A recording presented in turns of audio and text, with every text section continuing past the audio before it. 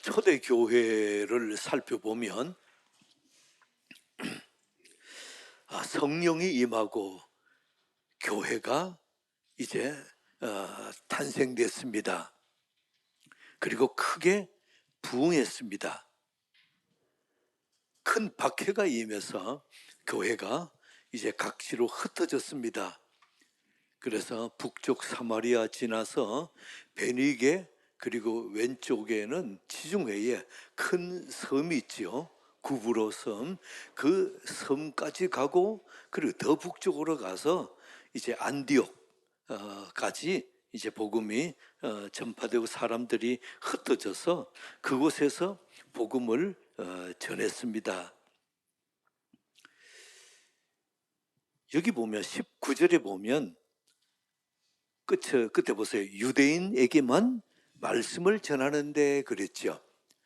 초대교회는 예루살렘이 유대인 공동체였습니다.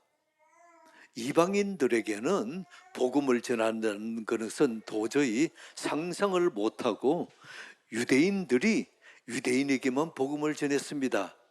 자, 그럴 때에 예수님은 계획은 어때요?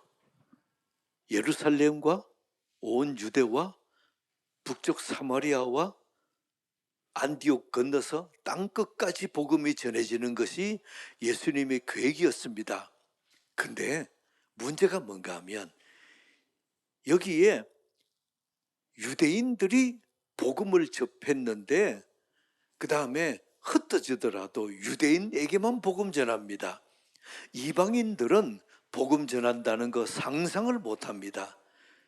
왜냐하면 유대인들은 태어날 때부터 이방인입니다. 이방인에게는 복음을 전한다는 것, 이 유대인의 이 개념에서 그게 넘어가기가 이건 굉장히 어려운 거예요. 그래서 오늘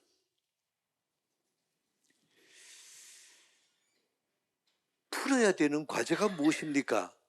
이게 바로 이방인에게도 어떻게 하면 복음이 전하게 되어질까 이겁니다. 그래서 이방인들에게 복음이 전해지는 방법 무엇이죠? 출발이 하나님께서 욥바에 베드로가 있을 때에 하늘에서 보자기 환상이 내려오는데 그 안에 어때요? 레위기에 먹지 말라는 그러한 기는 것, 또 걸어다니는 것, 온갖 이런 것들이 새들 이런 가득 들어 있습니다. 하나님 말씀하십니다. 내가 깨끗하게 했으니 잡아먹어라. 잡아먹어라. 베드로는 얘기합니다. 무슨 말씀입니까? 나는 지금부터 태어나서 여기까지 이러한 먹지 말라는 것은 한 번도 먹은 적이 없습니다. 이게 먹지 말라는 게 무슨 뜻입니까? 그때에 이방인 백부장 고넬료가 보낸 사람들이 오고 그 사람들에게 얘기하고 이 베드로가 가이사라까지 갑니다. 거기에 가서 백부장 고넬료 집에 가게 됩니다. 그리고 그들 가족들과 친구들이 다 모여 있는데 그곳에서 복음을 전하고 성령이 임하고 거기에 성령이 임한 걸 보면서 성령이 임했으니 내가 침례 주는 것을 어떻게 금할 수 있겠느냐? 그리고 침례까지 주는, 그렇게 해서 이방인들에게도 복음을 전하는 그 출발이 고넬료, 이방인 고넬료 집에서부터 출발합니다. 그래서 20절 보세요. 오늘 사도행전 11장 20절에 보면 그 중에 구브로와 구레네 몇 사람이 안디옥에 이르러 헬라인에게도 말하여 주 예수를 전파하니, 제 안디옥 교회에 아프리카 북쪽 땅에 있는 거기에 있는 사람들이 와가지고는 이방인에게도 복음을 전합니다.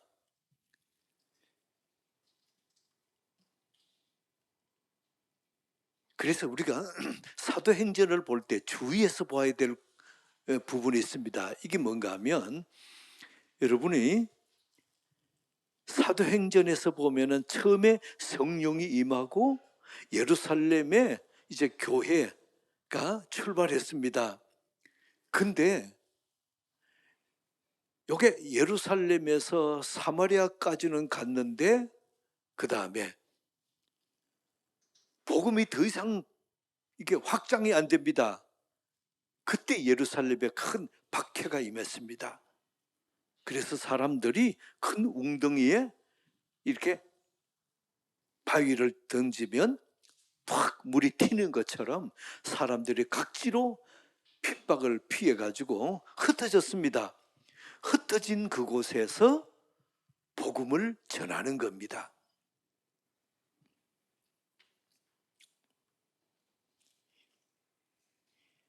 안디옥 교회가 이제 이방인에게도 복음을 전하고, 그러니까 이 도대체 어떻게 된 거냐? 그래서 예루살렘 교회에서 바나바를 파송을 했습니다. 가서 조사하고 와라. 신 바나바는 사도급 제자입니다. 그래서 그곳에 가서 갔더니, 자, 안디옥에 도착했더니 안디옥에는 어떤 일이 있었습니까? 22절에 주의 손이 그들과 함께 하심에 수많은 사람들이 믿고 주에 돌아옵니다. 바나바가 이제 안디옥에 도착했습니다. 23절 우리 한 번 더 합독합니다. 시작. 그가 이르러 하나님의 은혜를 보고 기뻐하여 모든 사람에게 굳건한 마음으로 주와 함께 머물러 있으라.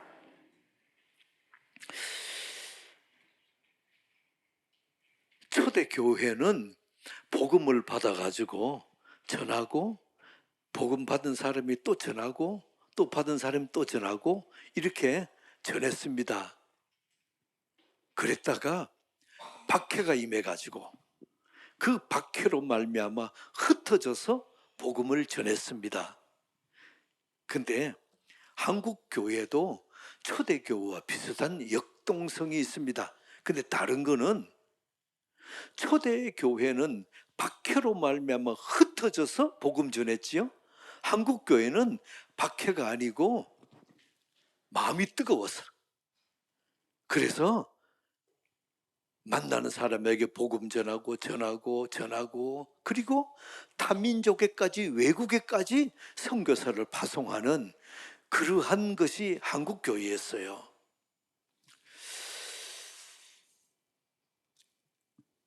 선교사 숫자를 보면은 세계 1위가 압도적으로 미국입니다.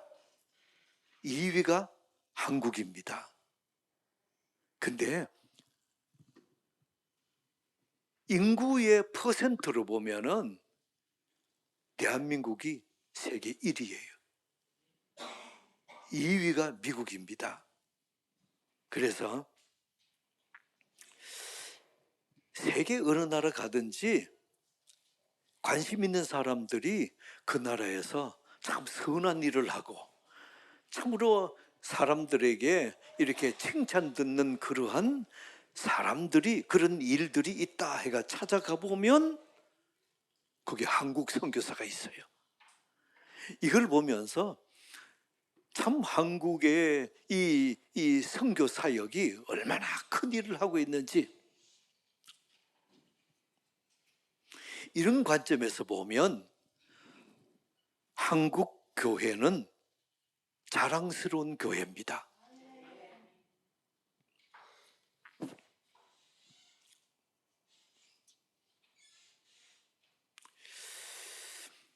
우리 예루살렘 교회를 보고 한국 교회를 보면 똑같이 복음을 받고 예루살렘 교회는 박해를 받아서 흩어졌는데 한국 교회는 마음이 뜨거워서 이웃에 복음을 전하고 해외까지 선교사를 파송했습니다. 그런 관점에 보면 우리 예일교회도 매년 코로나 고기간 4년 외에는 매년 이렇게 해외에 선교사로 보내는 선교사로 우리 교인들이 가서 거의 35명 이상 이렇게 가서 복음을 전하고, 거기서 복음을 전해서 주님 앞에 돌아오고 예수 믿겠다고 손들고 예수를 영접한 사람들 보면은 수백 명씩 돼요. 그 숫자가 1000명이 넘을 때도 있어요. 요 적은 35명, 40명 가서 복음의 역사가 얼마나 뜨거운지요. 우리 장년들도, 우리 청년들이 가서 복음 전하는 현장에 가서 직접 그 현장에 경험한 사람은 너무나 감사해가지고 내년에 다시 꼭 오겠습니다. 그리고 돌아옵니다. 근데 한국에 와서 여러 가지 사정이 또 변화되는 그런 급변한 사정 때문에 못 가는 분도 계시고 하지만은, 그러나 그 뜨거운 열정에 얼마나 감사한지. 근데 한국에 있는 예일교회 본 교회는 잠잠해요. 그래서 금년에는 이제 코로나도 풀렸고 이제는 금년에 여러분이 우리도 초대교회처럼, 또 초대교회의 한국교회처럼 우리도 복음 전합시다. 네, 복음 전합시다. 한 사람, 금년 12월까지 한 사람만 집중해서 복음 전하시기를 부탁드립니다. 그래서 전도 대상자 적어내라 그러면 어떤 사람의 이 의욕을 가지고 이웃에 있는 사람 다 적어내요. 3명, 4명, 5명 그렇게 적은 사람 치고 전도한 사람 저 못 봤어요. 한 사람만 적어내시기 바랍니다. 예, 2사람 안 됩니다. 2사람 적은 사람은 저 불러가지고 누구를 지울 건가 물어보겠습니다. 그래서 한 사람만, 집중해서 한 사람만, 아멘 할 때까지 한 사람만 한 사람만 여러분이 집중해서 12월까지 여러분이 그분을 위해서 기도하고 전도하는 은혜 있기를 축복합니다. 그 한 사람은 우리 교회에 와서 함께 예배 드릴 수 있는 사람입니다. 저거는 저 시골에 사는 부모 적어내고 그러지 마시고, 물론 그거는 기도하시되 전도 대상자는 우리 교회에 와서 함께 예배 드릴 사람, 그 한 사람입니다.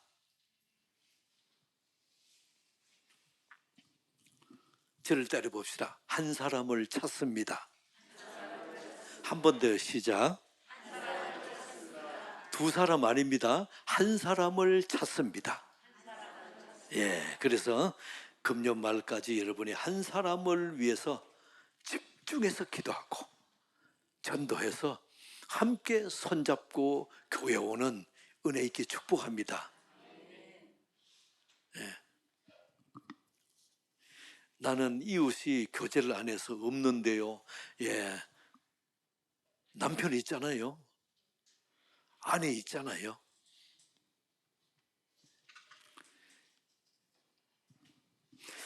예, 참 전도 얘기하면 좀 잠잠해지는 경향이 있어요. 자, 21절 봅시다. 21절 합독합니다. 시작. 주의 손이 그들과 함께 하시며 수많은 사람들이 믿고, 주의 손이 그들과 함께 하시며, 이것이 인생에도 키입니다. 주의 손이 그들과 함께 하시며. 자, 여러분도 해봅시다. 주의 손이 그들과 함께 하시며. 사역에도 키입니다. 주의 손이 그들과 함께 하시며. 사업에도 키입니다. 주의 손이 잊지 말아야 할 것이 있습니다. 주의 손이 아멘. 한 번 더 저를 들어봅시다. 내 인생은 주의 손에 달렸다. 아멘. 내 사업은 어디 달렸다고요? 우리 교회는 아멘. 우리의 자녀들은 아멘. 잊지 말아야 할 것은 주의 손이 그들과 함께 하심에 수많은 사람들이 믿고 죽게 돌아오는 역사에 있어요. 주의 손이 함께 하면 여러분들에게 사람들이 다가옵니다. 혹시 여러분들이 내 주위에 사람들이 다가옵니까? 떠납니까? 어느 쪽이에요? 원인이 무엇입니까? 주의 손이 함께 하느냐 아니냐. 여러분이 믿음으로 고백합시다. 자, 저를 따라봅시다. 나는 주의 손이 함께 하는 사람입니다. 이게 느끼는 사람이 있고 못 느끼는 사람이 있어요.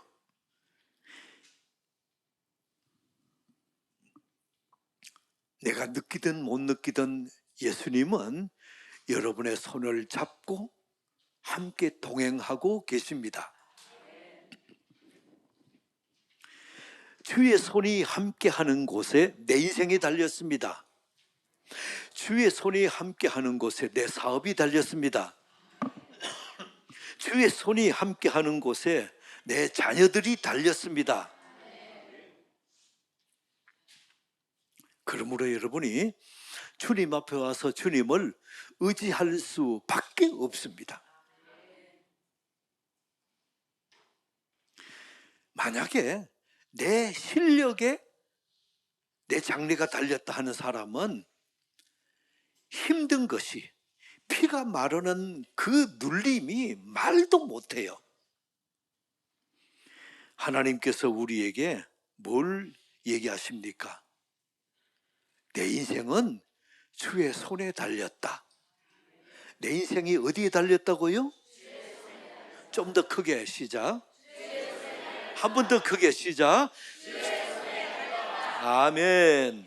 하나님 오늘도 주의 손에 이끌려 살게 하옵소서. 22절에 보세요.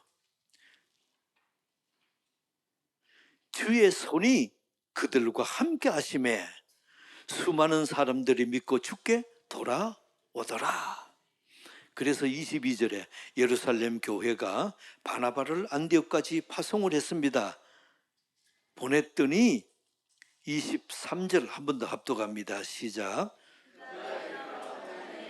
하나님의 은혜를 보고 기뻐하여 모든 사람에게 굳건한 마음으로 오늘 두 가지를 같이 은혜 나누는데 첫째는 무엇입니까? 주의 손이 그들과 함께 하심에. 두 번째는 무엇입니까? 하나님의 은혜가 보이면. 자, 여러분이 하늘에 구름 보이죠? 나무 보이죠? 하나님의 은혜 보입니까? 하나님의 은혜는 어떻게 보일까요? 사람을 보면서 저분이 참 하나님의 은혜가 함께하는 사람이다 아니다 무엇을 통해서 보일까요? 두 가지. 얼굴과 말. 두 가지. 뭐라고요? 그 사람 얼굴 보면 하나님의 은혜가 함께하는 사람이구나. 그 사람 하는 말을 들어보면 하나님의 은혜가 함께하는 사람이구나. 이게 보여요. 여러분들에게도 하나님의 은혜가 보여지는 은혜 있게 축복합니다.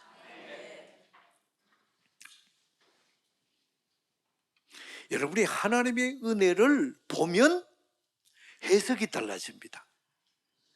하나님의 은혜를 보면 내가 주저앉아 있다가도 벌떡 일어섭니다.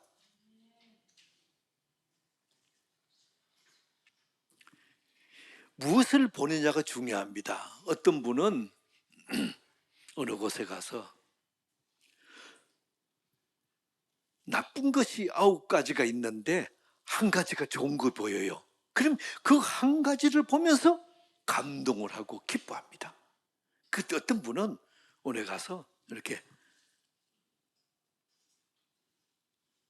좋은 것이 9가지 있는데 그저 한 가지 나쁜 것 그거 꼭 찍어보고 나서는 그 다음에 그거 보고 불평하고 원망합니다. 여러분 뭘 봅니까? 무엇을 보느냐가 중요합니다. 내 눈에 무엇을 보느냐에 따라서 여러분이 성공과 실패가 갈라집니다. 만약에 하나님의 은혜를 보고 해석해 보세요. 그 내 마음에 기쁨이 회복됩니다. 감사가 회복돼요. 여러분 인생에 성공의 길이 보입니다. 근데 하나님의 은혜를 빼고 해석해 보세요. 그럼 내 마음이 어때요? 눌림이 있어요. 답답함이 있어요. 내 인생이 헛산 것 같아. 내가 이게 이렇게 살아서 뭘 하냐? 열심히 살고 자녀들 공부시키고 자녀들 다 결혼시켜놓고 돌아보면 어때요? 내 인생은 어디 갔냐? 내가 왜 살지?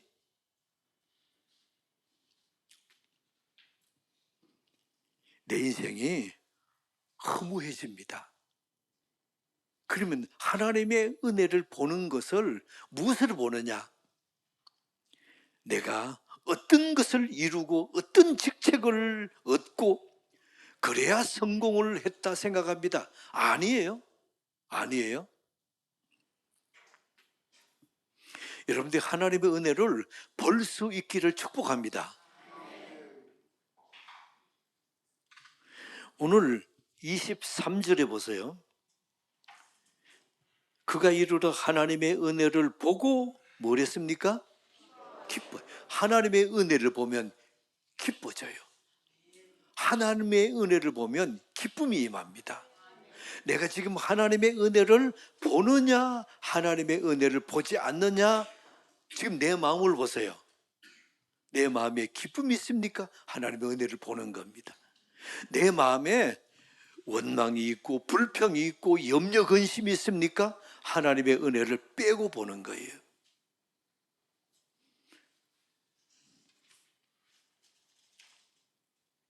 여러분들에게 하나님의 은혜를 보면 기뻐합니다. 하나님의 은혜를 빼고 보면 어떻게 한다고요? 기쁨 반대 우울합니다. 염려 근심이 가득 밀려옵니다. 남편과 아내, 아들, 딸, 사위, 며느리, 그것에서 하나님의 은혜가 보이면 귀하게 보입니다. 목사가 성도들을 보면서 하나님의 은혜가 보이면 그 성도가 이뻐 보이고 귀하게 보입니다. 근데 목사가 성도들에게서 하나님의 은혜가 안 보이면 어때요? 이쁘지가 않아요. 자꾸 왜 저러지 왜 저러지 이렇게 비판의 눈으로 갑니다. 여러분이 하나님의 은혜가 없으면 기쁨도 없고 감동도 없어요. 그러면 하나님의 은혜를 회복해 보세요. 하나님의 은혜를 회복하면 제일 먼저 내 마음에 따뜻한 온기가 있어요. 여러분이 교인들 중에서도 그 사람 옆에만 가면 이렇게 기대고 싶고 이 따뜻한 온기가 느껴지는 분이 있습니까? 하나님의 은혜가 함께하는 사람입니다. 하나님의 은혜가 있는 사람은 편합니다. 옆에 있으면 좋아요. 옆에 있으면 그저 자꾸 다가가고 싶어요.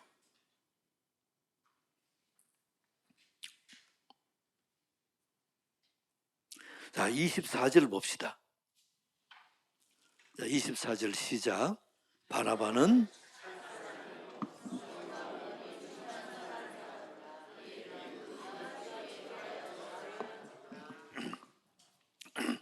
바나바는 어떤 사람이라고요? 여러분이 어떤 사람을 추천해 줄 때에 이분은 착한 분입니다. 굉장한 칭찬입니다. 그래서 예수 안 믿는 사람에게는 뭐라고 소개한다고요? 착한 사람.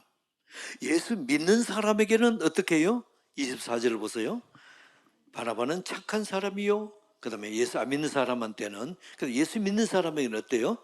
성령과 믿음이 충만한 사람. 그래서 여러분들을 소개할 때에 안 믿는 사람에게는 참 착한 분입니다. 믿는 사람한테는 어떻게 해요? 성령과 믿음이 충만한 사람입니다. 이렇게 소개하는 은혜 있게 축복합니다.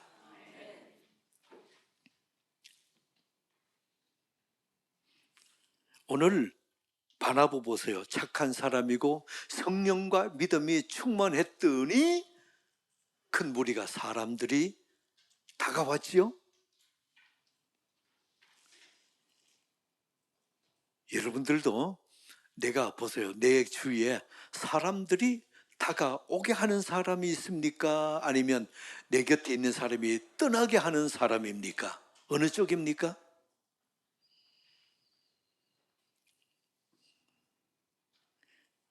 여러분들이 한 번 소리 지르면 한 사람씩 떠납니다. 경험 없으신 것 같은데, 예, 얼굴 찡그려서 한번 소리 질러 보세요. 여러분들이 마음 상한 말을 한 번 하면 한 사람이 떠납니다. 가족도 떠납니다. 여러분 부탁합니다. 죽을 때 혼자 죽지 않기 바랍니다. 떠났던 사람도 돌아오기 바랍니다. 예, 더 크게 아멘 하셔야 됩니다. 예. 소리 지르고 짜증내고 얼굴 이렇게 인상 쓰고 한 사람씩 떠나요.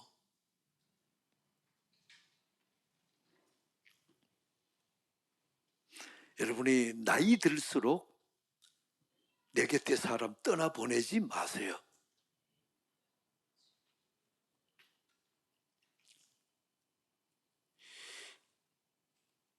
하나님의 은혜가 임하면 얼굴 표정이 바뀝니다.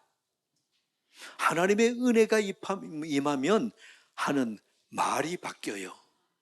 마음이 따뜻해집니다. 여러분이 행동이 바뀌고 마음 쓰는 게 바뀌어져요. 여러분 어떻습니까? 내가 하나님의 은혜를 보는 사람입니까?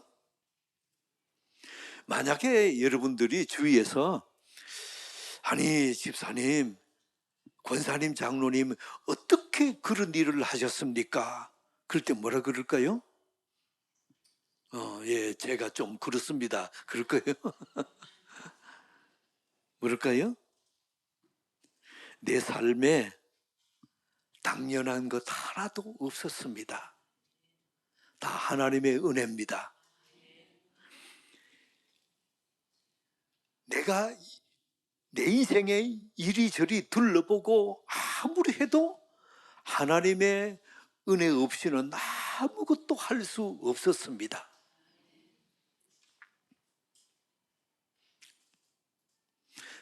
절대로 봅시다. 모든 것이 하나님의 은혜입니다. 여러분이 하나님의 은혜를 보는 사람은 얼굴이 부드러워져요. 여러분 부탁합니다. 내 얼굴 보고 옆 사람이 슬슬 피하는 사람 되지 마시기 바랍니다. 하나님의 은혜가 빠진 사람이에요. 그냥 얼굴 보면 그냥 다가와서 손잡고 인사하고 싶고 커피 한 잔 사고 싶고 그런 사람 되시기 바랍니다. 예. 자, 하나님의 은혜를 보는 사람은 저를 때려봅시다. 온기가 있다. 마음이 넓어진다. 하나님의 은혜를 보게 되면 한 번 더 저를 때려봅시다. 소리 안 지르게 된다. 여러분이 남편 성도 여러분 소리 지르는 것 줄이세요.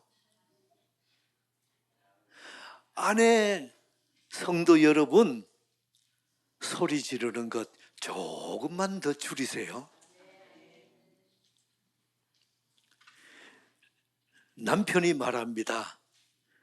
소리 안 지르고 늘 따뜻하게 웃어주는 아내를 보면서 남편이 만약에 아내를 보면서 그런다 칩시다. 야, 이렇게 현숙한 여인이 속 좁은 나를 누구보다 잘 알면서 안 떠나고 내 옆에 있어주는 것 기적이야, 기적. 그리고는 옛날에 왕에게 절을 할 때 어떻게 절합니까? 황공하옵나이다. 남편이 아내를 보고 황공하옵나이다 절을 하는 그런 아내 보세요.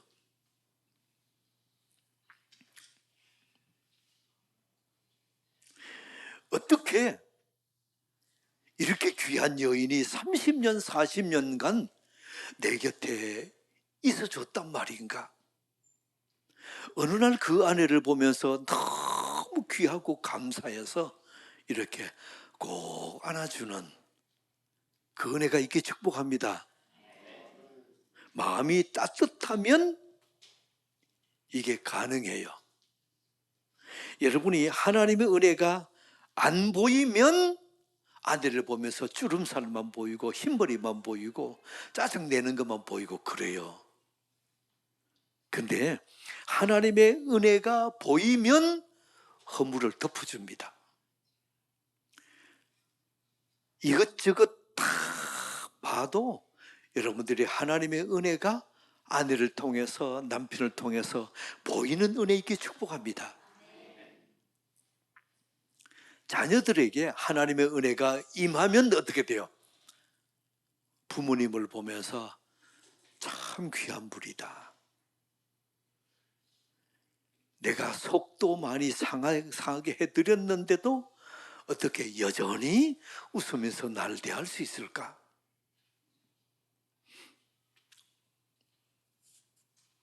예, 하나님의 은혜가 보이면 어때요? 24절에 바나바를 어떤 사람으로 본다고요? 착한 사람.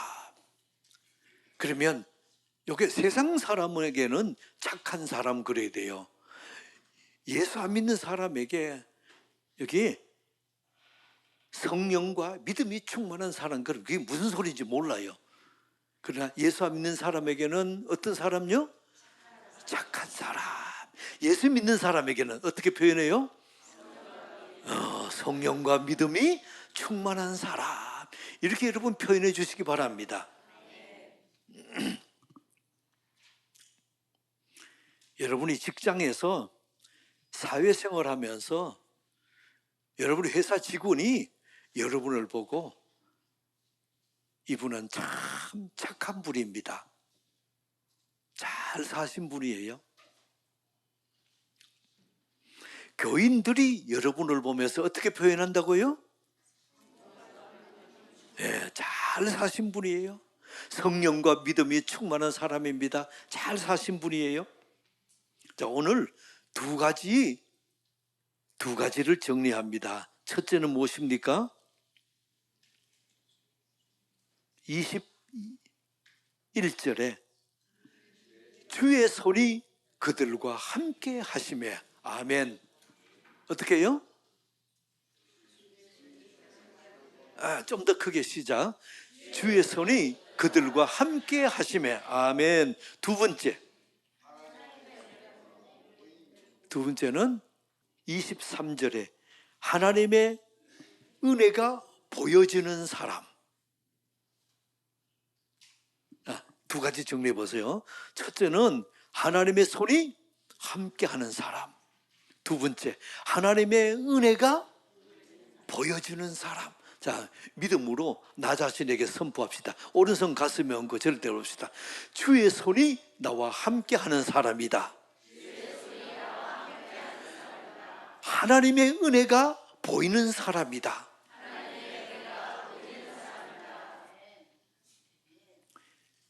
인생은 주의 손에 달렸습니다. 인생은 주의 은혜가 함께 할 때 달라집니다. 여러분들에게 이 은혜, 자, 첫째 뭡니까?